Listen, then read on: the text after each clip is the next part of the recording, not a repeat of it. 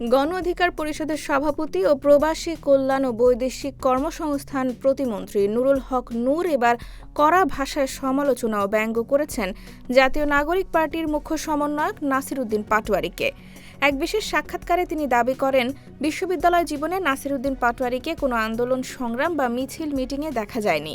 ব্যঙ্গ করে তিনি বলেন, এখন এমনভাবে উপস্থাপন করা হচ্ছে যেন তিনি জাতীয় নেতা শেখ মুজিব। নূর আরও অভিযোগ করেন, জুলাই আন্দোলনের প্রকৃত নেতৃত্ব ও অবদানকে আড়াল করে কিছু নতুন মুখকে মাস্টার মাইন্ড হিসেবে প্রতিষ্ঠা করা হয়েছে।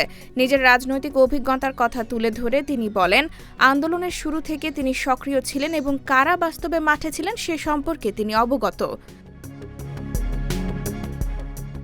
এছাড়া নূর আসিফ মাহমুদ ও নাহিদ ইসলামের আন্দোলনের সম্পৃক্ততার কথাও উল্লেখ করেন। তবে নাসির উদ্দিন পাটোয়ারী সম্পর্কে তার বক্তব্য ইতোমধ্যেই রাজনৈতিক অঙ্গনে নতুন আলোচনা তৈরি করেছে। যদিও এ বিষয়ে এনসিপি বা নাসির উদ্দিন পাটোয়ারীর পক্ষ থেকে এখনো কোনো আনুষ্ঠানিক প্রতিক্রিয়া জানা যায়নি।